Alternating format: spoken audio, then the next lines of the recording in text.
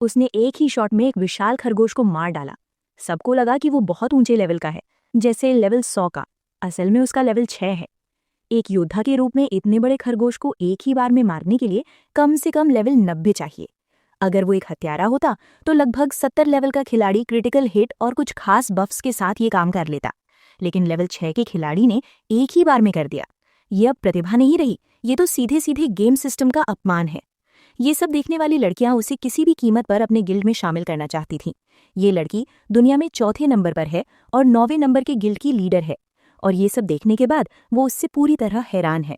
वो उसे अपने गिल्ड में भर्ती करना चाहती है, लेकिन किसी को नहीं पता कि अब तक ये हथियार बिल्कुल बेकार था।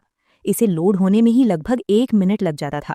उसने इससे गोली भी नहीं चलाई, वो इसे एक लाठी की तरह इस्तेमाल करता था, बस बेकार खरगोशों को पीटने के लिए। जल्द ही वो मेले स्नाइपर क्लास को अनलॉक कर लेता है। लेकिन क्या आप जानते हैं कि वो निशानेबाजी में इतना माहिर क्यों है? वो सेना के विशेष बलों में सर्वश्रेष्ठ स्नाइपर हुआ करता था। वो लैग होने पर भी सटीक निशाना लगाता था। सालों से उसका एक भी निशाना नहीं चूका था। लेकिन सब कुछ तब बदल गया जब एक विस्फोटक डिब्बे ने उसके पैरों के साथ खिलवाड़ किया। इस तरह वो फिर कभी चल नहीं पाया। हालांकि उसकी माँ और उसके सबसे अच्छे दोस्त ने उसे एक वर्चुअल रियलिटी गेम खरीद कर दिया, जिसका मतलब था कि अब वो फिर से चल सकता है। जैसे ही वो इस दुनिया में आया, वैसे ही वो गेम में दाखिल हुआ। उसकी मुलाकात उस पूरी दुनिया के लिए जिम्मेदार एक एनपीसी से हुई। छोटे केले के आकार का मजाक उड़ाए जाने के बाद उसे अपना नाम और रूप चुनना था। अंत में उसने अपना असली नाम और रूप बनाए रखने का फैसला किया। एनपीसी को भी ये अजीब लगा कि एक इंसान कुछ भी बदलना नहीं चाहता, लेकिन फिर से चलने की क्षमता ही उसे खुश कर देती है। तो ये तय हो गया और उसे गेम में भेज दिया गया। एक तेज रोशनी चमकी और वो जमीन पर आ गया। अब चीजों को आजमाने का समय था। शुरुआत उसके पैरों से। वो एक ऊंची किक मारता है और पागलों की तरह दौड़ने लगता है। अचानक एक आदमी उसके पास आता है और कहता है कि वो वही आदमी है जो एडवेंचरर्स को मिडलैंड्स की आदत डालने में मदद करता है। वो एक चलता फिरता ट्यूटोरियल है और थोड़ा संदिग्ध भी। तो हाँ, वो भी एक एनपीसी है। वो स्टैमिना के बारे में समझाना शुरू करता है और उसकी ठीक बात पूछता है कि क्या हीरो को वो लड़की दिखाई दे रही है, और एनपीसी का आदेश है कि वो वहां जाए और उसके तरबूजों को छुए। बढ़िया। दूसरा ट्यूटोरियल ये है कि जेल कैसे जाते हैं। जाहिर है एमसी उसे पीटना शुरू कर देता है और कहता है कि ये एक अपराध है। जब वो फिर से खड़ा होता है तो वो आदमी कहता है कि अगर उसने ऐसा किया होता तो उसे शहर से बाहर निकाल दिया जाता, और यही वो सिखाना चाहता था, सदमे पर आधारित सीख। लेकिन क्या होता अगर उसने सच में वही किया होता जो उस आदमी ने कहा था? वो आदमी बस इतना कहता है कि वो जल्दी सीखता है और उसे अगले ट्रेनिंग ग्राउंड में जाने के लिए कहकर भाग जाता है। हीरो अपने पैरों को आजमा रहा है। वो एक पागलों की तरह पूरे शहर में दौड़ रहा है। वो इतना दौड़ता है कि उसे प्रो रनर स्किल मिल जाती है, तो अब उसे थकने में ज्यादा समय नहीं लगेगा। वो एक ट्रेनिंग ग्राउंड में जाता है और थोड़ी प्रैक्टिस करने के लिए एक तलवार उठाता है। एक इंस्ट्रक्टर चिल्ला रहा है कि मिडिल अर्थ में जब तक तुम जिंदा रहना चाहते हो तब तक लड़ाई का देवता तुम्हारे लिए रास्ता साफ करता रहेगा। जब हीरो पहली बार तलवार चलाता है तो उसे एहसास होता है कि उसका शरीर अपने आप ही हिल रहा है, तो उसे समझ आ जाता है कि ये कॉम्बैट असिस्ट है।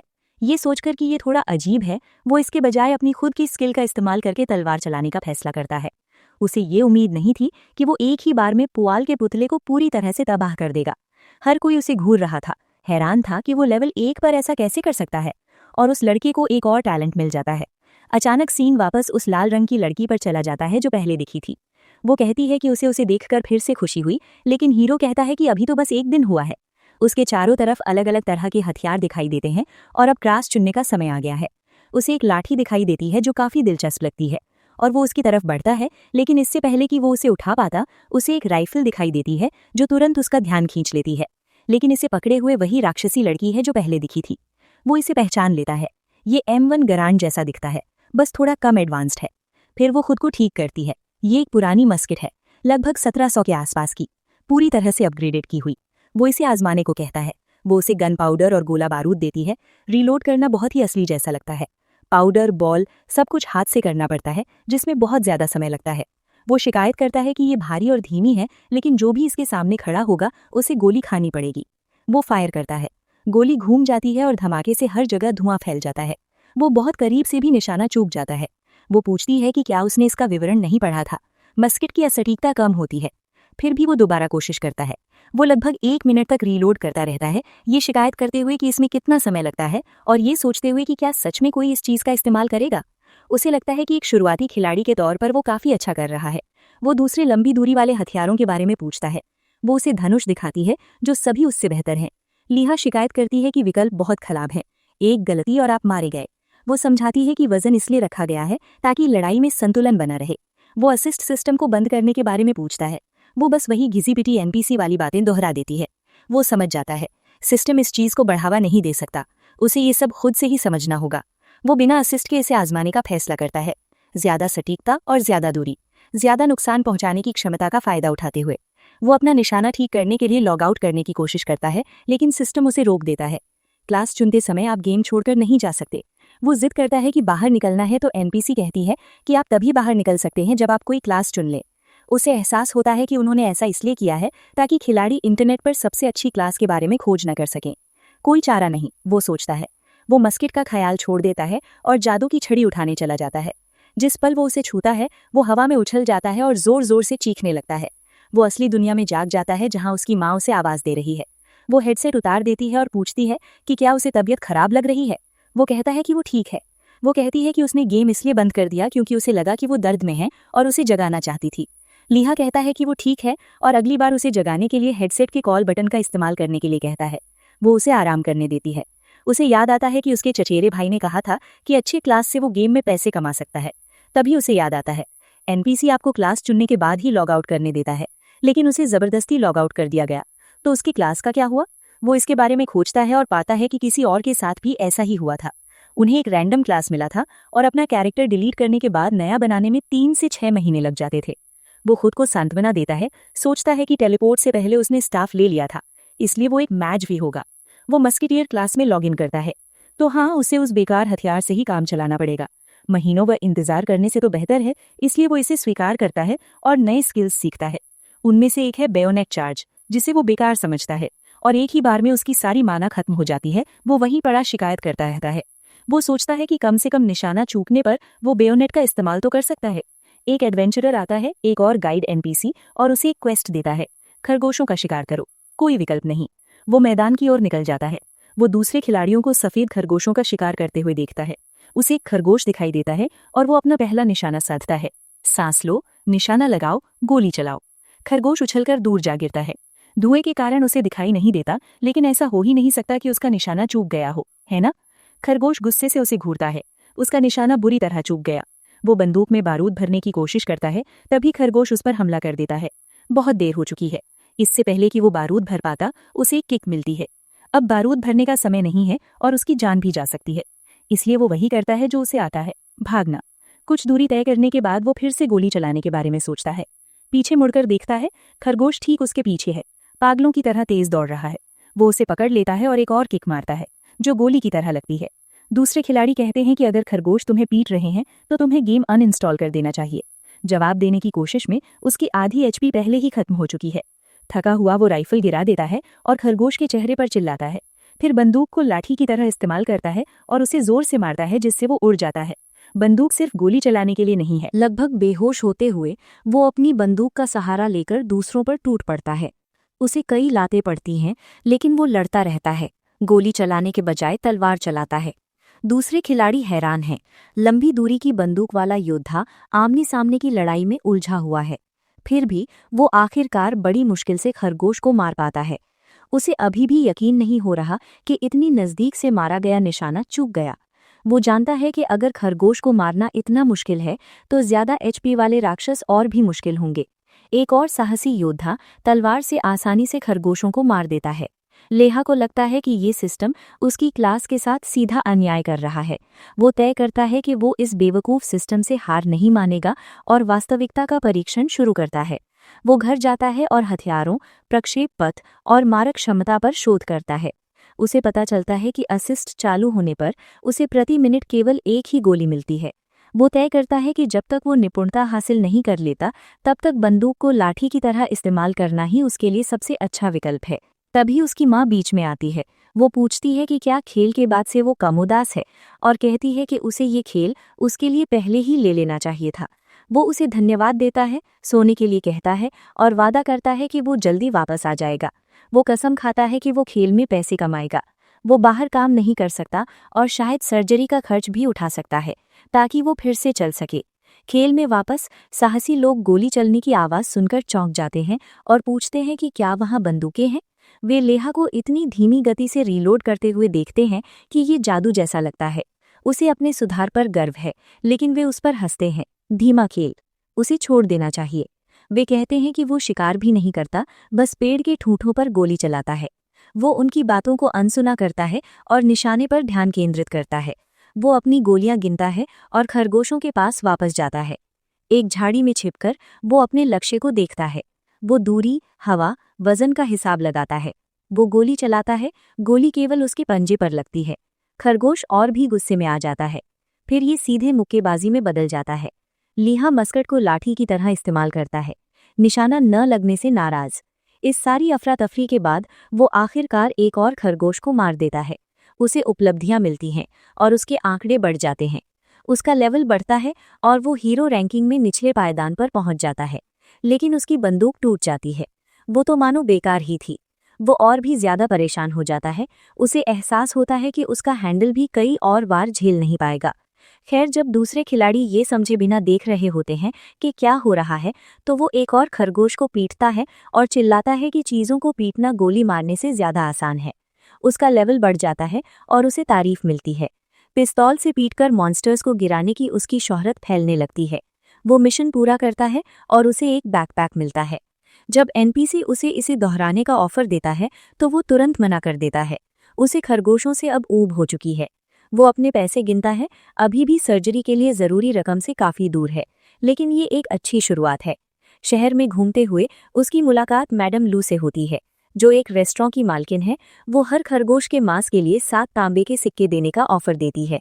वो कहती है कि उसे रेस्टोरेंट के लिए बहुत सारे मांस की ज़रूरत है और पूछती है कि क्या वो उसकी मदद करना चाहेगी। लीहक्स को एक नया क्वेस्ट मिलता है, एक काली फर वाले खरगोश का शिकार करना। वो नंबर 1 पर गौर करता है। ये एक पूरी श्रृंखला की शुरुआत है। मैडम लू समझाती हैं कि ये खरगोश बहुत ही दुर्लभ है और उसे लुभाने के लिए एक खरगोश की खाल से बना थैला देती है। अगर वो गलत मांस ले आता है तो वो चाकू लेकर उस पर हमला कर देगी। बाहर निकलने से पहले वो गोला बारूद खरीदता है। दुकानदार बारूद के लिए बहुत ज्यादा पैसे वसूलता है। शहर में मुश्किल से ही कोई मस्कटियर बंदूकधारी है। ये क्लास पहले से ही बेकार है और ऊपर से ये और भी ज्यादा महंगी है। वो आदमी अस्थिर बारूद इस्तेमाल करने का सुझाव देता है, लेकिन ली को डर है कि वो कभी मुनाफा नहीं कमा पाएगा और खरगोशों को पीटकर मारने से उनका मांस खराब हो जाता है। फिर भी वो पैसे चुका देता है। वो एक और क्वेस्ट लेने की कोशिश करता है, लेकिन दुकानदार मना कर देता है। जो आदमी गोलियों के लिए रोटा चिल्लाता हो, उसके लिए यहाँ कुछ भी नहीं है। वो ये शिकायत करते हुए वहां से चला जाता है कि उसे तो एक मेज यानी जादूगर ही बन जाना चाहिए था। तभी उसे एहसास होता है कि हर क्वेस्ट के लिए कुछ जरूरी शर्तें हैं। रसोइये ने उसके शिकार किए हुए खरगोश का मांस देखकर उसे सिर्फ एक ही चीज दी। अब उसे हर एनपीसी की जरूरतों का पता लगाना होगा। उसके पेट में गुड़गुड़ हो रही है। यहाँ भूख का सिस्टम है। 30% से कम होने पर जुर्माना है। वो खाना चखने के लिए सराय जाता है। वो रोटी मांगता है, लेकिन दुकान बंद हो रही है। खेल वास्तविक समय के हिसाब से चलता है। सूर्यास्त के बाद दुकानें बंद हो जाती हैं। वो आखिरी दुकान तक दौड़ता है जो अभी भी खुली है। सब कुछ महंगा है। दुकानदार बताता है कि खरगोश सारा गेहूं खा रहे हैं। उसे एक संभावित मिशन का आभास होता है और वो मोलभाव करने की कोशिश करता है। उसने उप कप्तान के लिए खरगोशों का शिकार किया था, तो क्या समस्या हल करने पर उसे रोटी मिल सकती है? वो कहती है कि ये बहाना आजमाने वाला वो 20वां साहसी है।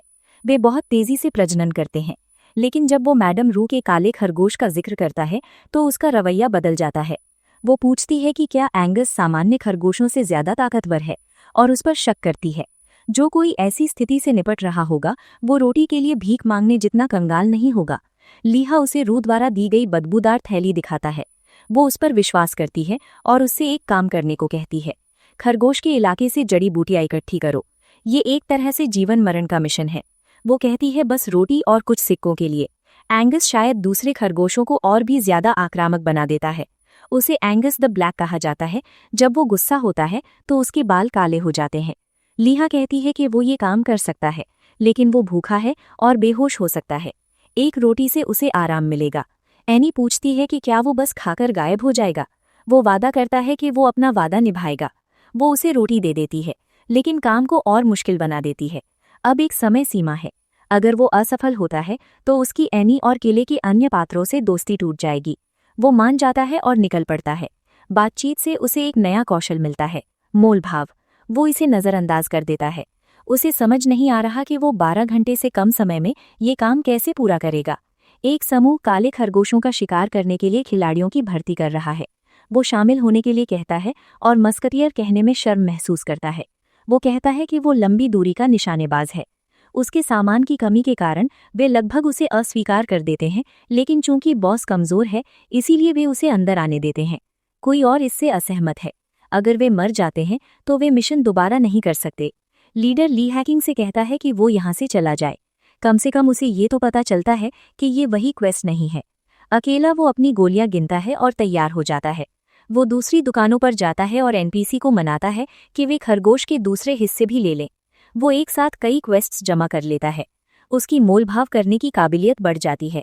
जब 12 घंटे बचे होते हैं तो वो 4 घंटे ट्रेनिंग में बिताता है। इसके बाद पूरी तरह थककर वो 5वें लेवल पर पहुंच जाता है। एम का हैंडल, जिसे उसने लाठी की तरह इस्तेमाल किया था, घिस गया है। वो टूट भी सकता है। जब उसका बैग चीजों से भर जाता है तो उसे एक चीख सुनाई देती है। वो दूर से देखता है। वो वही पहले वाला ग्रुप है जो मुसीबत में फंसा हुआ है। तीरंदाज पहले ही मर चुका है और हर कोई सोच रहा है कि क्या ये सच में शुरुआती लोगों वाला मिशन था। जादूगर हमला करते हैं, हीलर उन्हें ठीक करता है। योद्धा आगे बढ़कर बचाव करने की कोशिश करता है। उनकी एचपी तेजी से कम हो रही है। वे एक बहुत बड़े काले खरगोश से लड़ रहे हैं। यहाँ तक कि आग वाला तीर भी उसे ज्यादा नुकसान नहीं पहुंचा पा रहा है। लेहा को जलन होती है। जादूगर पलक झपकते ही जादू कर देते हैं, जबकि उसे एक तीर चलाने में ही बहुत ज्यादा समय लगता है। योद्धा जमीन पर गिर जाता है। वो ग्रुप चांद की रोशनी में भागने लगता है। वो राक्षस बहुत बड़ा दिखता है। असल में वो एंगस द ब्लैक है। जब वो कोई तरकीब सोच रहा होता है तो वो देखता है कि खिलाड़ी भाग रहे हैं और एक दूसरे पर चिल्ला रहे हैं। तभी उसे एहसास होता है कि वहां सिर्फ एक नहीं बल्कि 2 बहुत बड़े खरगोश हैं। वो घबरा जाता है। 5वें लेवल के बाद मरने पर आपका पूरा एक लेवल कम हो जाता है और ऐसी किसी चीज का एक भी वार उसे पूरी तरह खत्म कर सकता है। खासकर तब जब छोटे खरगोशों से निपटना भी पहले से बहुत मुश्किल था। चूंकि उसके पास इन चीजों से जुड़े 5 क्वेस्ट्स हैं, इसीलिए वो फिर भी कोशिश करने का फैसला करता है। अगर वो नाकाम रहता है तो उसे लगभग पूरे शहर की दोस्ती गंवानी पड़ेगी। हिम्मत जुटाओ और याद रखो, मस्कट का मकसद ही ये होता है कि वो किसी को एक ही गोली में ढेर कर दे। एक ट्रेन्ड स्नाइपर होने के नाते उसे इस बात पर पूरा भरोसा है, खासकर ऐसी दुनिया में जो असलियत की हूबहू नकल करती है। वो अपने सारे पॉइंट्स डेक्सटेरिटी में लगा देता है। जब उसके पॉइंट्स 55 से ज्यादा हो जाते हैं तो वो पूरी जान लगाने के लिए तैयार हो जाता है। जब दूसरे एडवेंचरर भाग रहे होते हैं तो वो खरगोश का ध्यान अपनी तरफ खींच लेता है ताकि उन्हें भागने के लिए थोड़ा और समय मिल जाए। उसका हमला बहुत जोरदार है। उसे बस एक सही निशाना लगाना है। अगर उसका निशाना चूक गया तो सबका काम तमाम हो जाएगा। वो बंदूक में गोलियां भरता है, लेकिन 2 खिलाड़ी सीधे उसकी तरफ दौड़ते हुए आते हैं और उनके ठीक पीछे एक खरगोश भी होता है। वो पूछता है कि वे वापस क्यों आए। लाल बालों वाली जादूगरनी उस पर चिल्लाती है कि जल्दी करो और उन्हें बचाओ, वरना वे मारे जाएंगे। वे इतनी बकवास करते हैं कि वो सच में उन्हें गोली मारने के बारे में सोचने लगता है। वो गहरी सांस लेता है, अपनी ट्रेनिंग याद करता है और सही मौके का इंतजार करता है। खरगोश उन जादूगरनियों तक पहुंच जाते हैं जो ठीक उसकी गोली की सीध में जमीन पर गिर जाती हैं। वो गोली चलाता है। गोली जादूगरनी के सिर के पास से सनसनाती हुई गुजरती है और सीधे खरगोश के माथे पर लगती है। वो वहीं ढेर हो जाता है। दूसरा खरगोश उस पादरी का पीछा करता रहता है और वो गिर जाता है। अब समय नहीं है। लीहा उस जादूगरनी को पकड़ता है और भाग निकलता है, वरना अगला नंबर उन्हीं का होगा। वो जादूगरनी हैरान रह जाती है। सिर्फ एक गोली? क्या वो बहुत ऊंचे लेवल का खिलाड़ी है? उसे तो बस बंदूक में गोलियां भरने के लिए थोड़ा समय चाहिए था। उसे उम्मीद नहीं थी कि वो पादरी मारा जाएगा। जब तक वो बंदूक में गोलियां न भर ले, उसे खरगोश से दूरी बनाए रखनी होगी। लेकिन खरगोश उस पादरी को मार डालता है और फिर उनके पीछे पड़ जाता है। उसे लगता है कि अब सब खत्म हो गया है, फिर भी वो भागता रहता है। तभी आगे एक नीले बालों वाली लड़की दिखाई देती है जो जादू चला रही होती है। वो जादूगरनी उन दोनों से जमीन पर झुक जाने को कहती है। बर्स के भाले तेजी से निकलते हैं और लीहा को लगभग छू ही लेते हैं, जिससे वो राक्षस वहीं का वहीं जम जाता है। इस अफरा तफरी के बीच वो लड़की लीहा से उसका नाम पूछती है। वो एक पार्टी यानी टीम बनाना चाहती है। वो अपनी जान बचाने के लिए लीहा का एहसान चुकाना चाहती है। लीहा अपना नाम बताता है और इस तरह उनकी पार्टी बन जाती है। वो लड़की आग का एक बवंडर बनाती है और उसे जमे हुए खरगोश पर फेंक देती है। आखिरकार वो राक्षस मारा जाता है। लीहा का लेवल बढ़ जाता है और उसे एक टीम मिल जाती है, लेकिन उसे चिंता होती है कि कहीं सारी चीजें यानी लूट जलकर राख ना हो गई हों, और वो लड़की सारा सामान खुद ही उठा लेती है। वो समझाती है कि आखिरी वार उसी ने किया था, इसलिए सारा सामान उसी का है। चूंकि पहले वाले खरगोश को लीहा ने अकेले ही मारा था, इसलिए वो उसे अपने पास रख सकता है। वो मुस्कुराती है। ये एक सही सौदा है। लड़ाई खत्म होने के बाद वे दोनों लड़कियां लीहा के पीछे पीछे चलने लगती हैं, जिससे उसे थोड़ी झुंझलाहट होती है। बर्फ वाला जादू चलाने वाली लड़की अपना परिचय रामवान के तौर पर देती है, और लीहा बताता है कि दूसरी लड़की का नाम रामवाजून है। आग वाला जादू चलाने वाली लड़की को ये बात अजीब लगती है कि लीहा उन्हें नहीं जानता। बाजून तो पूरे हांगकांग में मशहूर है और उसका निकनेम स्नोफ्लेक है। लीहा उनसे पूछता है कि क्या उन्होंने कभी उसके बारे में सुना है। जब वे नहीं में जवाब देते हैं तो लीहा कहता है कि फिर उसे भी किसी को जानने की कोई ज़रूरत नहीं है। वो उन्हें अलविदा कहकर वहां से जाने की कोशिश करता है। रहम ने बताया कि जिस जड़ी बूटी की वो तलाश कर रहा था वो अभी भी वहीं है। वो उलझन में है। उन्होंने कहा था कि जगह गुप्त है और उसे चिंता है कि कहीं वो मिशन में असफल न हो जाए। रॉम कहता है कि वो दूसरे खिलाड़ियों को इसके बारे में बता सकता है। जादूगर को एहसास होता है कि वो बस इस बात से डरा हुआ है कि कहीं वे वस्तु चुरा ना लें। वे पूछते हैं कि उसने एंगस को एक ही शॉट में कैसे मार डाला, जबकि उसकी एचपी पूरी थी। लीहा कहती है कि ये किस्मत थी। उसे कई उपलब्धियां मिलते हैं जिससे उसके स्टैट्स बढ़ जाते हैं। एक उपलब्धि कहती है कि वो कमजोरियों और क्रिट्स को समझना शुरू कर रहा है। दोनों उसे जश्न मनाने के लिए एक रेस्टोरेंट में ले जाते हैं। वो पूछता है कि वे असल में कौन है। एक एनपीसी ने जांग को बिना कोई सवाल किए जाने दिया। अग्नि जादूगरनी अपना परिचय रहम हुआ यान के रूप में देती है और अपनी बहन राम हुआ जांग का परिचय कराती है। लीहा को अग्नि जादूगरनी वाली बात पर संदेह होता है, क्योंकि वो लड़ाई के दौरान लगभग भाग ही गई थी। वो कहती है कि उसने क्लास का नाम नहीं चुना था। मुद्दे पर वापस आते हैं। उस हिट के पीछे क्या रहस्य है? वो कहता है कि उसने बस गोली चलाई। वे उसकी बात पर विश्वास नहीं करते। वे उसका लेवल पूछते हैं। ये जरूर ऊंचा होगा। हुआईजांग का कहना है कि ये पल भर में मौत थी। उसके स्टैट्स के हिसाब से तो एक क्रिटिकल हिट भी काफी नहीं होता। केवल मौत का असर ही इसे समझा सकता है। लीहा ये जानकर हैरान है कि उसे उसके स्टैट्स, स्किल्स और आइटम्स के बारे में कैसे पता है। हुआईजांग कहती है कि केवल 90 लेवल का खिलाड़ी ही उस खरगोश को एक ही बार में मार सकता था। 90 स्ट्रेंथ नहीं, लेवल 90। उसे एक अचीवमेंट याद आता है जिसमें उससे पूछा गया था कि क्या उसे शुरुआती इलाके में शिकार करने में शर्म आती है। अब उसे समझ आ गया। उसने एक ऐसी चीज को हरा दिया जिसे केवल 90 लेवल का खिलाड़ी ही हरा सकता था, और गेम में बग आ गया।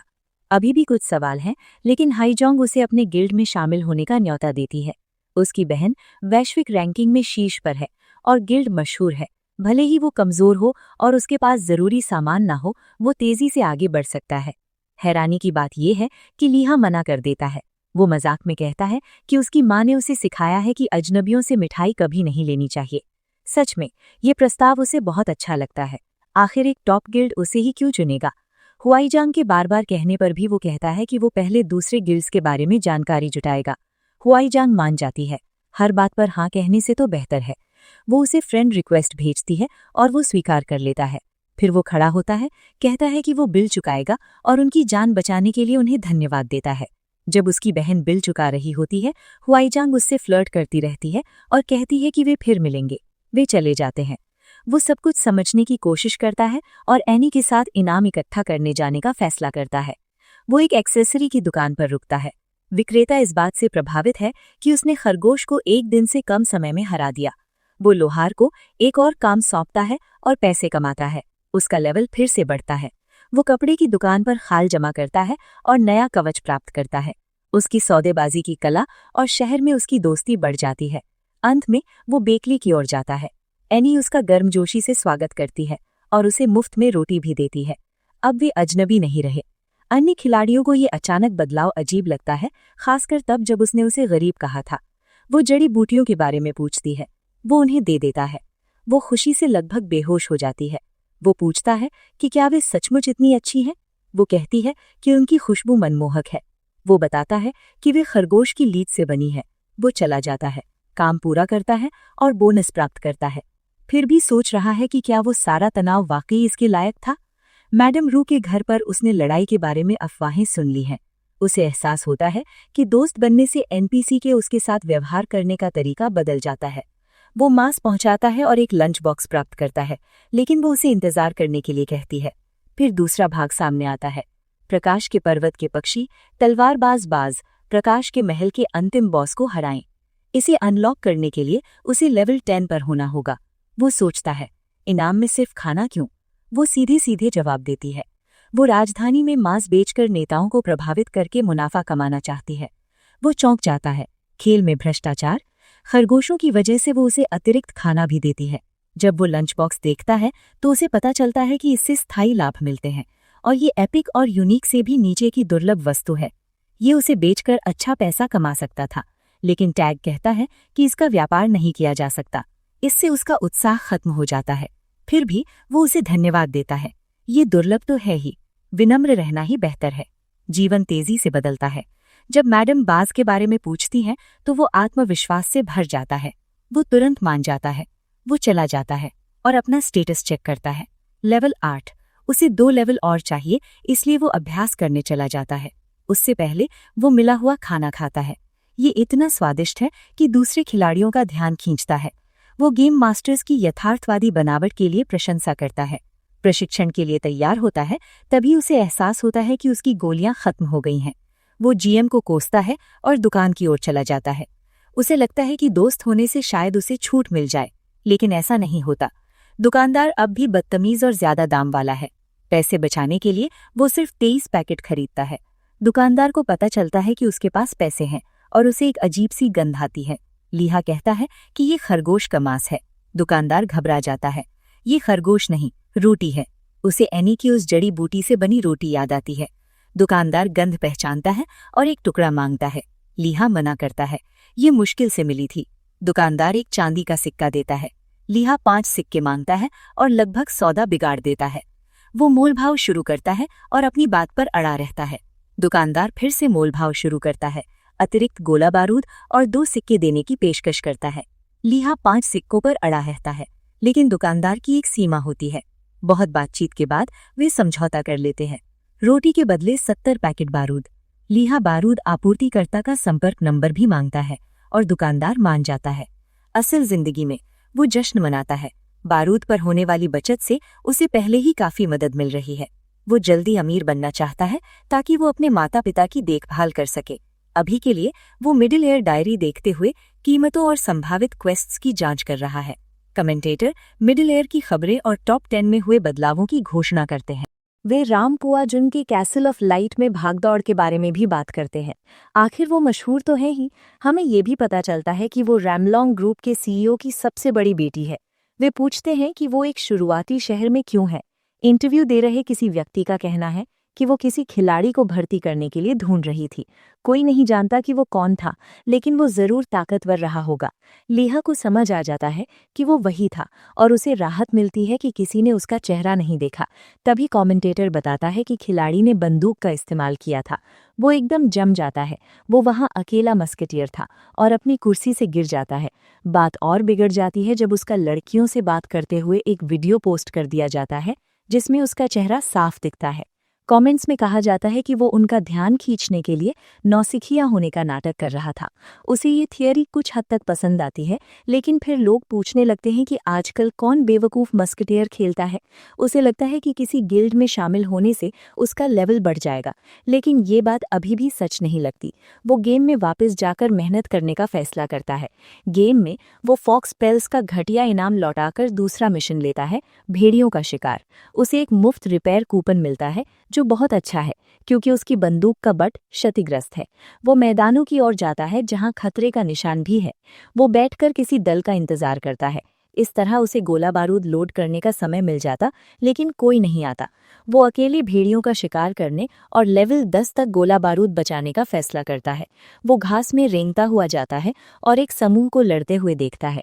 टैंक दुश्मन को काबू में रखता है, जादूगर हमला करते हैं, हीलर ठीक करते हैं।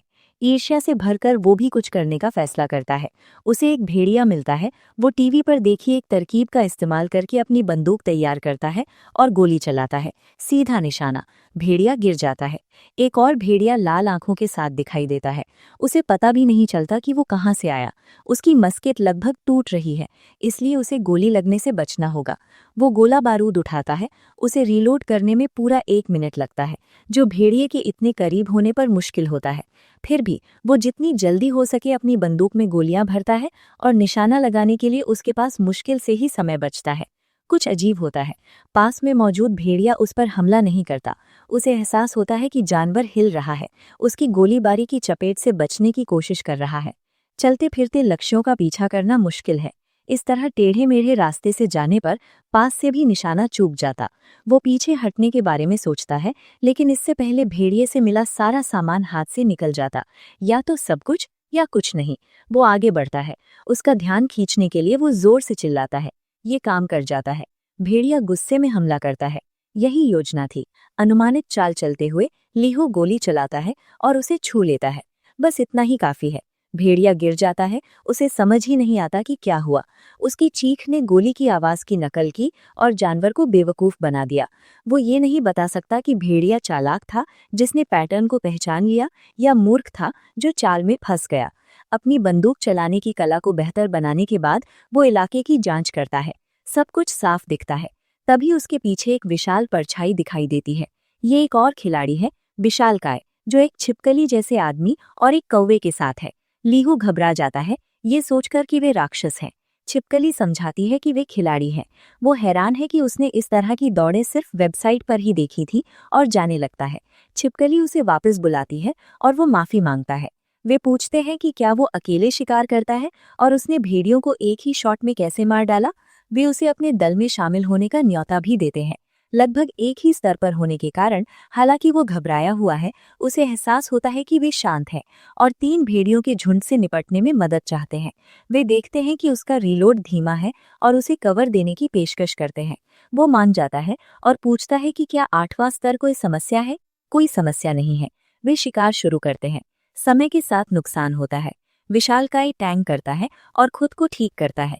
वो अपना परिचय देता है। बे है, एक विष जादूगर। विशालकाय जिंग गोंग है। लीहा उससे उसकी क्लास के बारे में पूछता है और उसे एक अजीब सा एहसास होता है। फिर उसे याद आता है, जिंग वही खिलाड़ी है जिसने क्लास चुनते समय ऊर्जा खो दी थी और गलती से ड्रूड बन गया था। विशाल इसकी पुष्टि करता है कि ये शर्मिंदा है। उसे दया का दान भी मिला। मियामी ने ये कहते हुए विषय बदल दिया कि वो वियतनाम से है। लीहा टीम को पसंद करती है, हालांकि वो मूल रूप से मेन क्षति डीलर है। वे इसके लिए जाने का फैसला करते हैं, लेकिन लड़ाई एक गड़बड़ में बदल जाती है। जिन कौवे पर हमला करने के लिए चिल्लाना शुरू कर देता है, जैसे कि एक छोटा बच्चा कार्टून देख रहा हो। लीहा हंसने की कोशिश नहीं करती और ध्यान खो देती है। बे ऐसा लगता है कि वो कुछ बड़ा जहरीला हमला कर रहा है, लेकिन वो सिर्फ कुछ दयनीय थूकता है जो केवल भेड़ियों को नाराज करता है। लीहा मुश्किल से निशाना लगा सकती है क्योंकि वो टीम पर हंस रहा है, लेकिन हर मिस ने उसे 1 मिनट का रीलोड समय दिया।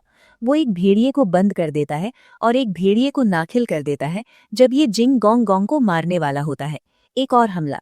जिंग अपने हाथ उठाता है और उन्हें हथौड़े से मारता है, उसे गिरा देता है। बियामी डार्ट्स करती है और उसे खत्म करने के लिए अपनी तलवार चलाती है। तीसरा दिखाई देता है, लेकिन लीहा पहले से रीलोड हो चुका है और इसे एक शॉट के साथ छोड़ देता है। वो टीम वर्क के बारे में सम्मोहित है। उसके मस्केट स्किल सुधरते हैं और वो लेवल 9 तक पहुंचते हैं। बे उन्हें बधाई देता है। लीहा उन्हें मदद के लिए धन्यवाद देता है। बे का कहना है कि लीहा का नुकसान और जिन की टैंकिंग थी। विशालकाय सब अजीब हो जाते हैं। लीहा खोज में बदलना चाहते हैं, लेकिन बेयामी 90% लेवल 9 पर होने तक इंतजार करने का सुझाव देते हैं।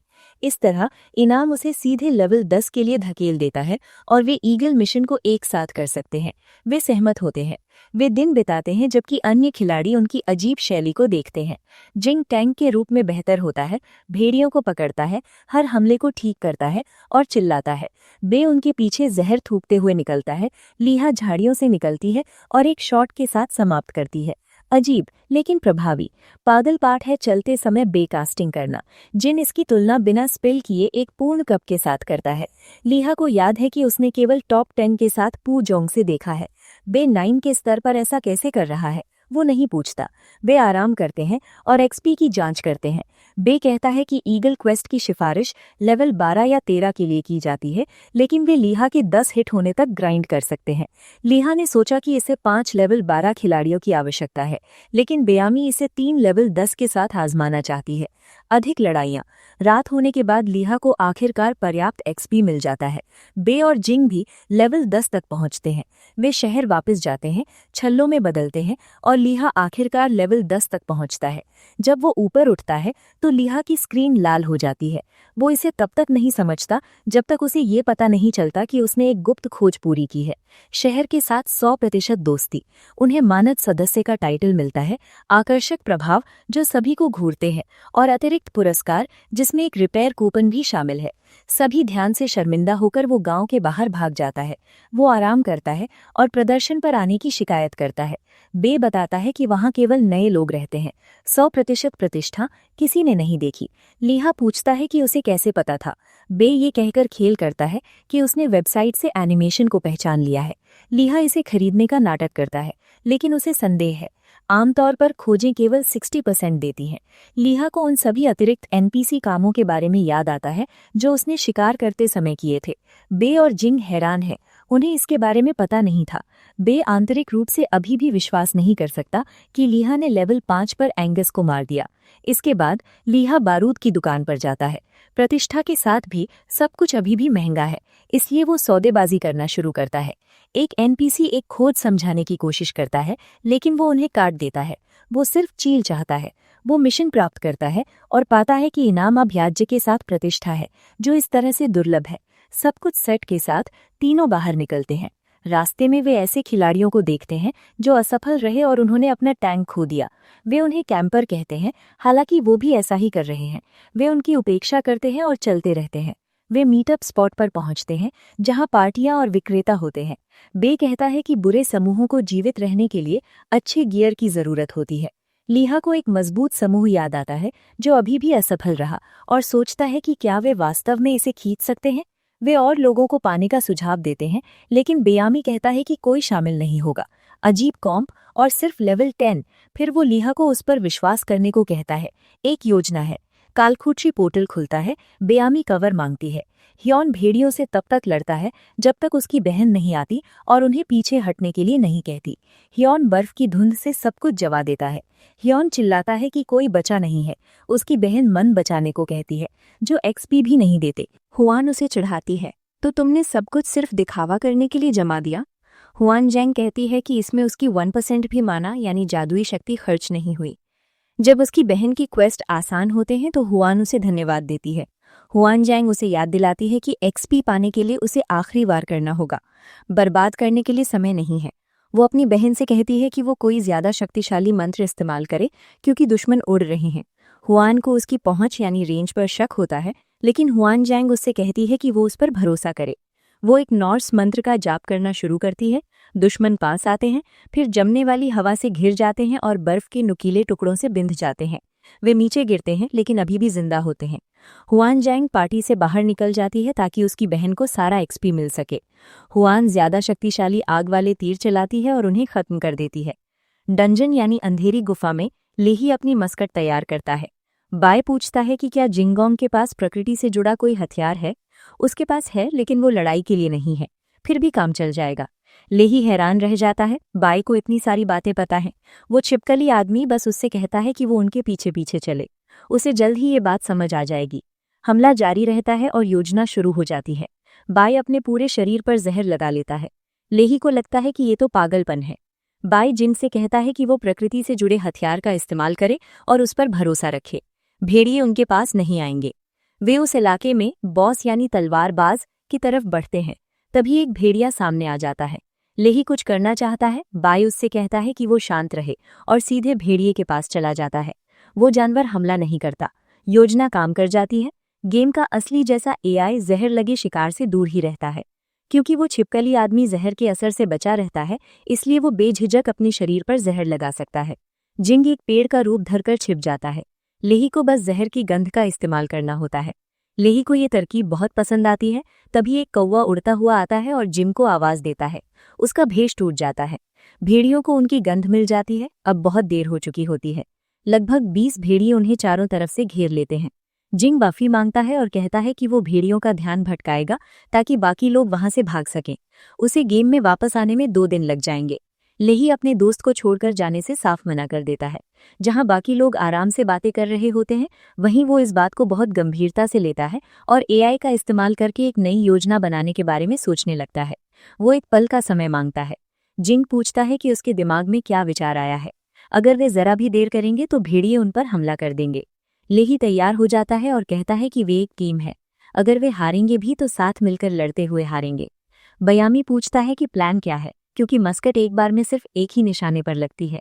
लेही बस उसे रीलोड करता है, लेकिन 2 पैकेट गन पाउडर के साथ और बिना किसी गोली के। वो सबको अपने कान बंद करने को कहता है। वो गोली चलाता है, जिससे एक जबरदस्त धमाका होता है। बाकी दोनों लगभग बहरे हो जाते हैं और शिकायत करते हैं, बहुत बढ़िया, अब तो भेड़िए पक्का आएंगे। लेकिन भेड़ियों का झुंड मुड़ता है और इस ग्रुप को नजरअंदाज कर देता है।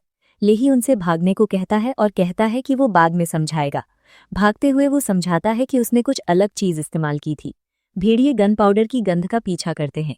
जब वे भेड़ियों से पीछा छुड़ा लेते हैं तो बयामी को एहसास होता है कि ये आवाज और गंध से ध्यान भटकाने की तरकीब थी। ये काम कर गई क्योंकि ये गेम बहुत असली जैसा है। यहाँ तक कि इंसान भी इतनी पास से गन पाउडर का असर बर्दाश्त नहीं कर सकते। वो छिपकली आदमी की जानकारी की तारीफ करता है और पूछता है कि क्या उसने पहले कभी मिडिल अर्थ गेम खेला है।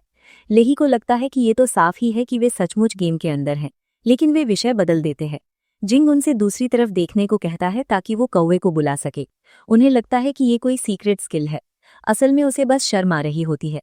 वे उसे देखने की जिद करते हैं। कोई और चारा न देखकर वो एक अजीब सा डांस करता है और आखिर में एक शानदार पोज देता है। बाकी दोनों जोर जोर से हंसने लगते हैं। वो कहता है कि बिना डांस के ये काम नहीं करेगा। बुलावे दिल से आते हैं। वे कौवे के आने तक उसे थोड़ा और छेड़ते रहते हैं। वे पहाड़ की चोटी की तरफ बढ़ते हैं ताकि बॉस का सामना कर सके। दूर से उन्हें एक चील दिखाई देती है जो उनकी उम्मीद से कहीं ज्यादा बड़ी है। लेही मजाक में कहता है कि जल्द ही उन्हें किसी घर के आकार की चीज से लड़ना पड़ेगा। बॉस बाकी चीलों से 4 गुना बड़ा है। बयामी समझाता है, इसकी शुरुआत डाइव बॉम्ब से होती है। ये किसी की भी बाहें नोचकर अलग कर सकता है। फिर ये जमीन पर उतरता है और एक ऐसी जोरदार चीख मारता है जिससे सुनने की क्षमता चली जाती है। उन्हें तब हमला करना चाहिए जब ये पेड़ पर हो। जब इसकी हेल्थ 30% से कम हो जाती है तो ये उड़ने की क्षमता खो देता है। जिंग सबसे ज्यादा डैमेज पहुंचाता है और बयामी छोटे मोटे दुश्मनों का ध्यान भटकाता है। लेही सबसे पहले गोली चलाने की इजाजत मांगता है। बयामी चाहता है कि पहले छोटे पक्षियों को खत्म किया जाए और फिर बॉस पर ध्यान दिया जाए। बयामी पूछता है कि इतना ज्यादा जोखिम वाला विकल्प क्यों चुना जाए। हो सकता है कि इतनी दूर से उसकी गोली निशाने पर लगे भी ना। लेही कहता है कि 90 मीटर की दूरी से वो निशाना लगा सकता है। अगर उसका निशाना चूक जाता है तो बयामी मंत्र पढ़ना शुरू कर देता है। वो जिम से नीचे लेट जाने को भी कहता है। वो अपने शरीर का इस्तेमाल एक सहारे के तौर पर करने वाला है। वो बड़ा सा आदमी एक तिपाही में बदल जाता है। वो इससे खुश नहीं है। लेही निशाना लगाता है। चील ठीक निशाने पर आ जाती है। क्योंकि गोलियां धीमी चलती हैं, इसलिए वो थोड़ा आगे का अंदाजा लगाकर गोली चलाता है। सीधा निशाना। वो उनसे कहता है कि जब चील नीचे गिरे तो वे आगे बढ़ें। तभी एक मैसेज सामने आता है, नई उपलब्धि। उसने चील को सिर्फ एक गोली से हरा दिया। सबका लेवल बढ़ जाता है। मस्कट लेवल 4, तलवार, चील का पंख और सभी स्टैट्स में 1 की बढ़ोतरी। चिंग उसके इन बोनस के लिए धन्यवाद देता है। बयामी को इस पर यकीन ही नहीं होता। वे गिरी हुई चीजें उठा लेते हैं। 30 सेकंड में डंजन से बाहर निकलने का समय हो जाता है। और भी उपलब्धियां आती हैं। एक उपलब्धि उसे शुरुआती इलाके में शिकार करने के लिए ताना मारती है। एक और उपलब्धि, स्नाइपर एटिमोलॉजी, उसे काम हार्ट नाम का कौशल देती है और स्टैट्स में बोनस देती है। फिर एक और उपलब्धि आती है। वो दुनिया का दूसरा ऐसा खिलाड़ी है जिसे ये उपलब्धि मिली है। वो हॉल ऑफ फेम में शामिल हो जाता है। अब समय नहीं बचा है। बे उन सबसे डंजन से बाहर निकलने को कहता है। डंजन से बाहर आकर वे सब जश्न मनाते हैं। अब वे सचमुच के खिलाड़ी बन गए हैं। शहर में वापस आकर हर कोई बोनस में मिले इनामों के बारे में ही बातें कर रहा होता है। बे सिर्फ ये जानना चाहता है कि उसने बॉस को सिर्फ एक गोली से कैसे मार गिराया। ये कोई मामूली मक्खी नहीं थी। उच्च डीपीएस के बावजूद इसमें थोड़ा समय लगना चाहिए था। बफ नहीं, ग्रिट, शायद किस्मत। लेही कहता है कि अगर उसे इसे दोहराना आता तो वो अब तक लेवल 50 पर पहुंच चुका होता। बयामी को इस पर यकीन नहीं होता। सच कहूं तो लेही को भी समझ नहीं आ रहा। छिपकली माफी मांगता है। जिंग कहती है कि एक टीम के रूप में हमें मानो जैकपॉट लग गया है। लेही को स्नाइपर का आदर्श वाक्य याद आता है। कभी किसी को पता न लगने देना कि ये तुमने किया। वो इसे रहस्य के रूप में रखने का फैसला करता है और ये मिशन उप कप्तान को सौंप देता है। वो देश में प्रतिष्ठा हासिल करता है, लेवल बढ़ाता है और राजधानी में स्थित ब्राउन बेस्ट मस्केटियर एकेडमी से, जो महाद्वीप की सबसे श्रेष्ठ एकेडमी है, एक पत्र प्राप्त करता है। कप्तान कहता है कि वहां उसे दुश्मनों की कमजोरियों के बारे में बहुत कुछ सीखने को मिलेगा। लेही को यह अजीब लगता है कि उपकप्तान को कैसे पता चला कि वो राक्षसों की कमजोरियों को समझता है, जब तक कि उसे वो उपलब्धि याद नहीं आती जिससे इसका खुलासा हुआ था। अचानक वो उसे गले लगाता है, धन्यवाद देता है और उससे राज्य के लिए एक महान व्यक्ति बनने का आग्रह करता है। लेही जानता है कि ऐसा उसकी प्रतिष्ठा चरम पर होने की वजह से है, लेकिन फिर भी ये बहुत अजीब है। दूसरे खिलाड़ी भी इसे अजीब समझते हैं। वो अपने साथियों से पूछता है कि वे कहाँ जा रहे हैं। जिम गोंग ड्रूइड के रूप में प्रशिक्षण लेने के लिए एमरल्ड फॉरेस्ट जा रहा है। ब्याम टैंपा के जंगल की ओर जा रहा है। लेही राजधानी के लिए रवाना हो रहा है। फिलहाल के लिए बस इतना ही। वे अलविदा कहते हैं और फिर मिलने का वादा करते हैं। अकेले में वो अपना स्टेटस देखता है, ढेर सारी उपलब्धियां, उच्च आंकड़े, जबकि उसने केवल निपुणता पर ही ध्यान केंद्रित किया है। अब वो मुफ्त पॉइंट्स के साथ लेवल 12 पर है। उसे काम हार्ट नाम का कौशल मिलता है। अगर वो 3 सेकंड तक शांत रहता है तो सटीकता बढ़ जाती है। 30 सेकंड का कूल डाउन। वो इसकी कम अवधि के बारे में शिकायत करता है, लेकिन सोचता है कि बाद में ये बेहतर हो जाएगा। वो मैडम रू को क्वेस्ट सौंपने जाता है। वो उसे पहचान लेती है, बहुत करीब आ जाती है और उसे उसके पद नाम से पुकारती है। वो मजाक में पूछती है कि क्या मांस नकली है। वो कसम खाता है कि नकली नहीं है। वो चील का मांस सौंप देता है। वो इसकी पुष्टि करती है और वादा किया हुआ लंच बॉक्स बनाती है। कहती है कि उसके पति को इस बात का दुख था कि वो उससे पहले बात नहीं कर पाया। तभी पति आ जाता है, विशाल और कुछ हद तक डरावना। मांस की बजाय लेही को घूर रहा था। लेही ने उसे जोर से गले लगाया, धन्यवाद दिया और कहा कि सच्चा मांस प्रेमी ही बुरा इंसान नहीं हो सकता। फिर उसने लेही से पूछा कि क्या वो खाना बनाना सीखना चाहता है। लेही को लगा कि यहाँ कोई शेफ क्लास नहीं है, लेकिन शिल्प का शिल्प तो है। क्योंकि वो केवल 2 ही कौशल सीख सकता है, इसलिए शायद स्थायी बोनस देने वाले व्यंजन सीखना बेहतर होगा। उसने हाँ कह दी। शेफ ग्योगर ने उसे सिखाने का वादा किया। एक विंडो खुली और पूछा गया कि क्या वो महान शेफ के साथ प्रशिक्षण लेना चाहते हैं। उसने आत्मविश्वास से स्वीकार कर लिया। उसने सेना में खाना बनाया था, उसे कोई दिक्कत नहीं होनी चाहिए। प्रशिक्षण शुरू हुआ और शेफ ने उसके बनाए खाने की धज्जियां उड़ा दी। शेफ किसी रियलिटी शो के होस्ट की तरह चिल्लाया और कहा कि इसे तो कुत्ता भी नहीं खाएगा। उसे लेही को सिखाने का पछतावा हो रहा था। वो उसे लगातार कोसता रहा। लेही ने उसे गोली इसलिए नहीं मारी क्योंकि उसे प्रतिबंधित कर दिया जाता, इसलिए उसने अपना गुस्सा रोक लिया। कई व्यंजन बनाने के बाद एक और मूल्यांकन का समय आया। धैर्य खोते हुए लेही ने उसे धमकी दी। अगर वो उसे पास नहीं करता तो वो सचमुच गोली मार देगा। किसी चमत्कार से ग्यू उसे स्वीकार कर लेता है और यहाँ तक कहता है कि ये उसके अद्भुत शिक्षक की बदौलत है। पूरी तरह से सदमे में लेहाल शॉप से निकल जाता है, इस कोशिश में कि वापस आकर रसोइये की हत्या न करे, लेकिन उसे खाना पकाने का कौशल मिल जाता है। बाहर निकलते समय वो प्रशिक्षण के कारण अपनी ऊर्जा में कमी महसूस करता है और मैडम रू से टकराता है, जो उसे वादा किया हुआ लंच बॉक्स देती है। वो उससे एक और काम करने को कहती है। वो एक और काम के बारे में शिकायत करता है और कहता है कि जब तक उसे पता नहीं चलेगा कि वो क्या है, वो इसे स्वीकार नहीं करेगा। नाराज होकर वो मेज पर एक और लंच बॉक्स रख देती है। राजधानी में उसकी बहन को खाना और एक पत्र पहुंचाना है। असफल होने पर उनकी दोस्ती बुरी तरह टूट जाएगी। अंतिम काम के लिए ये अजीब है। वो पूछता है कि क्या उसे किसी राक्षस से लड़ना होगा। वो कहती है उससे भी बुरे लोग, शायद हत्यारे भी। फिर वो हंसती है और कहती है कि वो मजाक कर रही थी। 1 महीने की डेडलाइन को देखते हुए उसे लगता है कि वो 15 दिनों में वहां पहुंच सकता है और वैसे भी उसे एकेडमी की वजह से राजधानी जाना ही है। वो मान जाता है। आर कहता है कि लंच बॉक्स में चीज़ों को ताज़ा रखने की जादुई शक्ति है, लेकिन ये हमेशा काम नहीं करेगी, इसलिए डिलीवरी में कोई गड़बड़ मत करना। वो दोनों लंच बॉक्स लेता है और निकल पड़ता है, लेकिन सबसे पहले वो अपना वाला लंच बॉक्स खाता है ताकि उसकी स्टैट्स यानी ताकत बढ़ जाए। वो सोचता है कि अगर वो ऐसी चीज़ें खुद बना पाता तो वो बहुत अमीर बन जाता। फिर वो दूसरे वाले लंच बॉक्स का विवरण पढ़ता है। ये एक बहुत ही खास और कीमती यूनिक आइटम है जिसे बेचा भी जा सकता है। तुरंत उसके मन में ख्याल आता है कि क्यों ना इसे असली दुनिया में बेच दिया जाए। वो इसकी कीमतें पता करता है। इसकी कीमत बहुत ज्यादा होगी, इतनी कि उससे उसकी सर्जरी का 5% खर्च निकल आएगा, जिससे वो दोबारा चल पाएगा। लेकिन इसे बेचने से राजधानी में उसकी इज्जत शोहरत को भारी नुकसान पहुंचेगा। वो हिचकिचाता है। ये लोग तो बस NPC हैं, यानी कंप्यूटर प्रोग्राम द्वारा बनाए गए किरदार। क्या सच में ये सब करना सही रहेगा। जब वो यही सब सोच रहा होता है तभी उसकी माँ कमरे में आती है और पूछती है कि क्या सब ठीक है। वो पूछती है कि वो अभी तक क्यों जाग रहा है और बताती है कि कल रात उसे एक ज़रूरी डिनर पर जाना है, इसलिए वो देर से घर लौटेगी, लेकिन वो उसके लिए खाना बनाकर रख जाएगी। माँ का प्यार देखकर लीहा तय करता है कि अभी वो लंच बॉक्स के बारे में सोचना बंद कर देगा। वो राजधानी जाएगा और रास्ते में ही इस बारे में कोई फैसला कर लेगा। गेम में वो गोला बारूद की दुकान पर जाता है। दुकानदार, जो कि अजीब तरह से बहुत ज्यादा दोस्ताना व्यवहार कर रहा है, उस जड़ी बूटी के बारे में पूछता है। लीहा कहता है कि वो उसे नहीं ला पाया। दुकानदार उस सप्लायर के बारे में भी पूछता है जिसके बारे में उन दोनों के बीच पहले बात हुई थी। दुकानदार कहता है कि वो सप्लायर जल्द ही आने वाला है और लीहा को चाय पीने के लिए पूछता है। चाय पीते पीते लीहा दुकान से नक्शे के बारे में पूछता है। एक नक्शे की कीमत 5 गोल्ड कॉइन्स है, जो कि एक प्रीमियम आइटम है। अब उसे समझ आता है कि लोग नक्शे खरीदने के बजाय उनके स्क्रीनशॉट्स क्यों ले लेते हैं। वो अभी नक्शे नहीं खरीदता। तभी सप्लायर वहां पहुंच जाता है जिसका नाम बाबू है।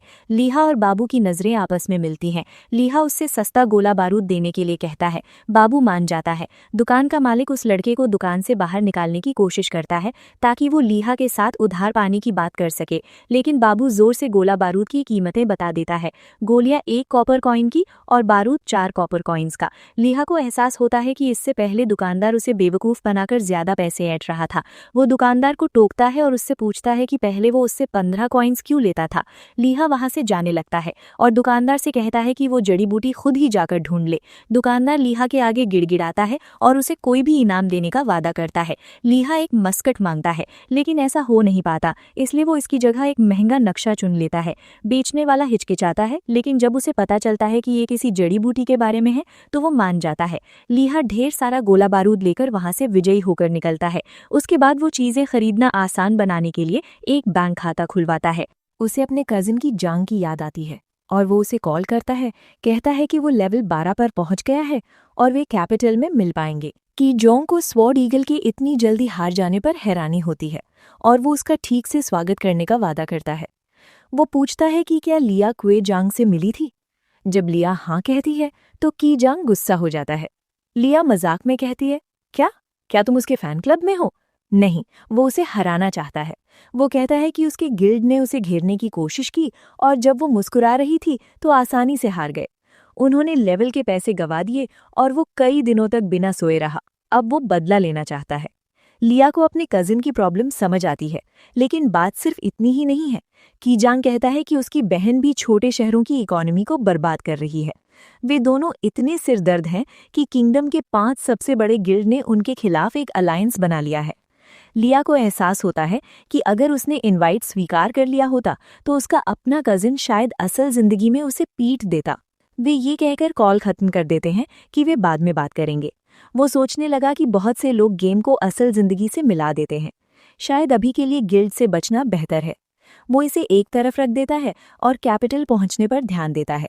वो अभी खरीदा हुआ मैप खोलता है और महसूस करता है कि ये जीपीएस की तरह काम करता है। वो आर्मी के बारे में सोचता है। मैप वाले स्नाइपर को हमेशा फायदा होता है। वो अपने आइटम काफी चेक करता है और आगे बढ़ता रहता है। 3 घंटे बाद वो अपनी रनिंग स्किल की वजह से पहले ही बहुत दूर निकल चुका होता है। एक साइन इलाके में घात लगाकर हमले करने की चेतावनी देता है। जब वो जंगल में घुसता है तो उसे पास में लड़ाई की आवाज सुनाई देती है। एक नाइट एक बहुत बड़े ग्रिजली भालू का सामना कर रहा है, जबकि ग्रुप उसका साथ दे रहा है। आसपास सांप भी हैं। नाइट 2 शील्ड का इस्तेमाल करता है, प्योर डिफेंस, और प्लेयर दौड़ते हुए आते हैं। कुछ भाग जाते हैं, दूसरे लूट चाहते हैं। एक रेड शुरू होती है जिसमें ज्यादा डैमेज वाले किसी भी व्यक्ति को भर्ती किया जाता है। लिया देखता है और सोचता है कि ऐसे बॉस के लिए आपको लगभग 20 लोगों की जरूरत होती है और वो ज्यादा मदद नहीं करता क्योंकि भालू के खिलाफ रेंज डैमेज बहुत कम है। गिल्ड का नाम किम फ्लावर पेडल है। उसे नाम अजीब लगता है और वो पीछे हटकर एक चट्टान के पीछे छिप जाता है। लीडर चीजों को ऑर्गेनाइज करता है। हीलर घायलों का ध्यान रखते हैं। डीपीएस टैंकों के पास रहता है। अजनबियों के झुंड के लिए ये काफी सॉलिड सेटअप है। एक आर्चर एग्रो करता है। भालू दहाड़ता है। इसका असर दूर से लिया तक भी पहुंचता है।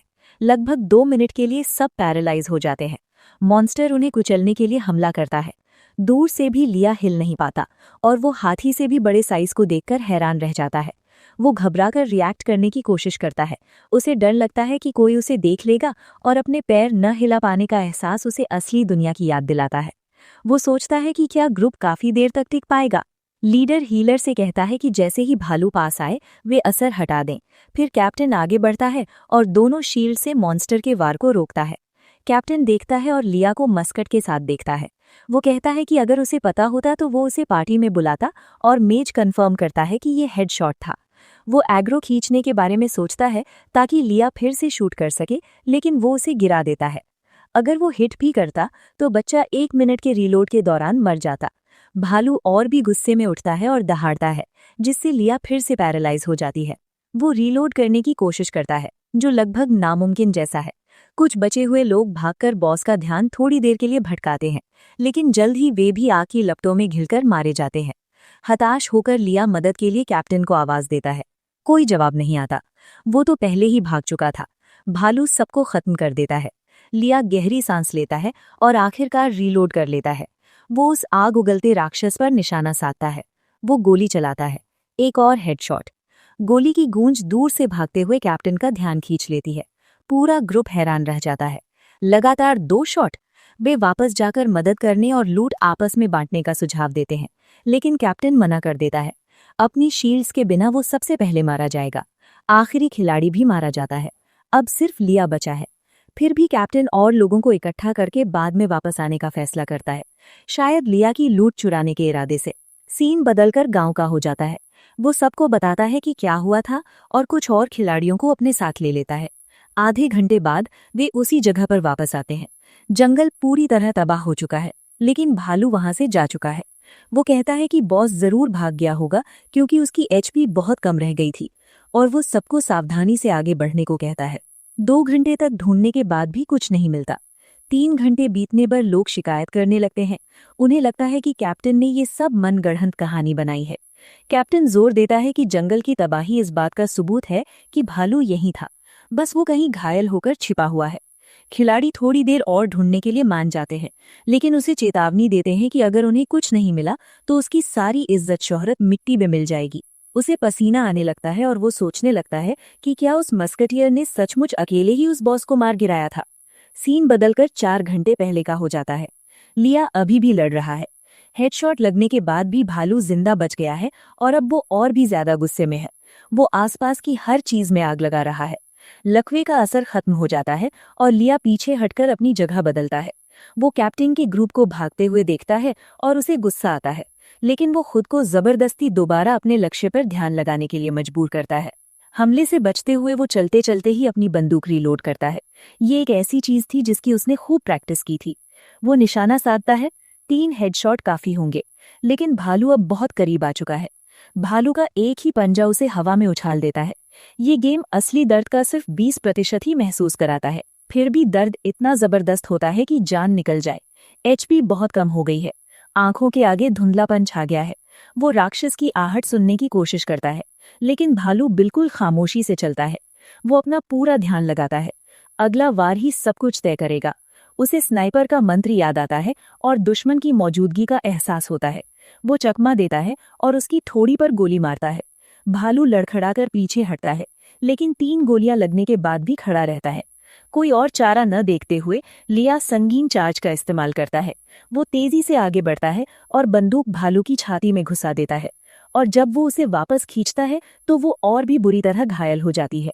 उसे एक और चोट लगती है और वो गिर जाता है। दृश्य बदलता है और वो जागता है। उसे पता नहीं होता कि क्या हुआ। संदेश सामने आते हैं। उसने कई लेवल हासिल कर लिए हैं। वो 9 क्लास लेवल ऊपर चला गया है और उसका बंदूक चलाने का कौशल लेवल 5 पर पहुंच गया है। उसने भालू को हरा दिया है। वो जश्न मनाता है और लूट इकट्ठा करना शुरू कर देता है। सिस्टम उसे बताता है कि बॉस उससे 50 लेवल ऊपर था। वो हॉल ऑफ फेम में शामिल हो जाता है और उसे स्टैट्स और डैमेज बफ मिलते हैं। अब वो लेवल 21 पर है और उसके पास खर्च करने के लिए ढेर सारे पॉइंट्स हैं। वो लगभग सब कुछ फुर्ती में और थोड़ा सा एचपी में लगा देता है। वो मरे हुए खिलाड़ियों से हथियार उठाता है ताकि बाद में उन्हें बेच सके।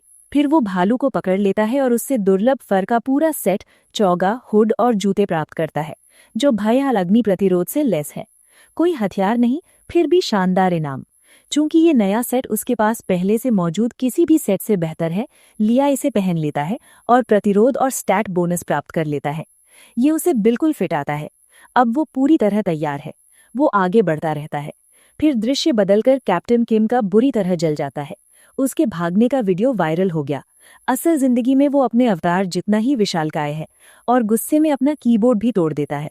ये न जानते हुए कि लिया ने भालू को मार दिया है, वो कसम खाता है कि वो जिसने भी ये किया है उसे ढूंढ निकालेगा। उसे नायक पर शक है, लेकिन उसे लगता है कि वो अकेले बॉस को नहीं हरा सकता था। फिर भी वो उसके बारे में पता लगाने का फैसला करता है। खेल में वापस आकर लिया शांति से आगे बढ़ता रहता है। अग्नि प्रतिरोध के साथ शायद वो हुआन के जादू का भी सामना कर सकता है।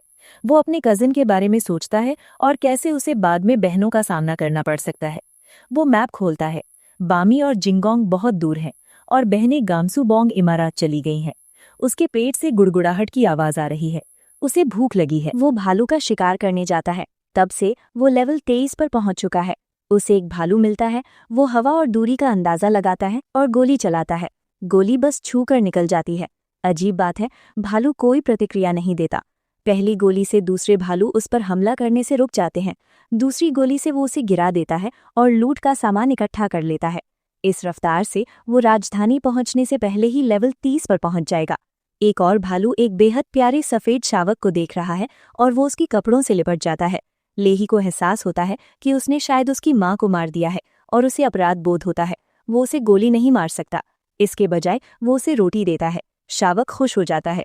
सच कहूं तो वो देखने में ऐसा लगता है जैसे वो भविष्य में पालतू जानवर बन सकता है। वो जाने की कोशिश करता है, लेकिन उसकी उदास शक्ल देखकर वो रुक जाता है। वो आह भरता है, छोटे भालू को उठाता है और सोचता है कि क्या करे। वो अपने चचेरे भाई किजी जिन को फोन करता है और कहता है कि उसे राजधानी पहुंचने में देर हो जाएगी। उसका चचेरा भाई उसे भालुओं से सावधान रहने के लिए कहता है और साथ ही पढ़ाई को पूरी तरह से नजरअंदाज करके रेड्स खेलने में लग जाता है। लीहा पूछती है कि क्या खेल में पालतू जानवर रख सकते हैं।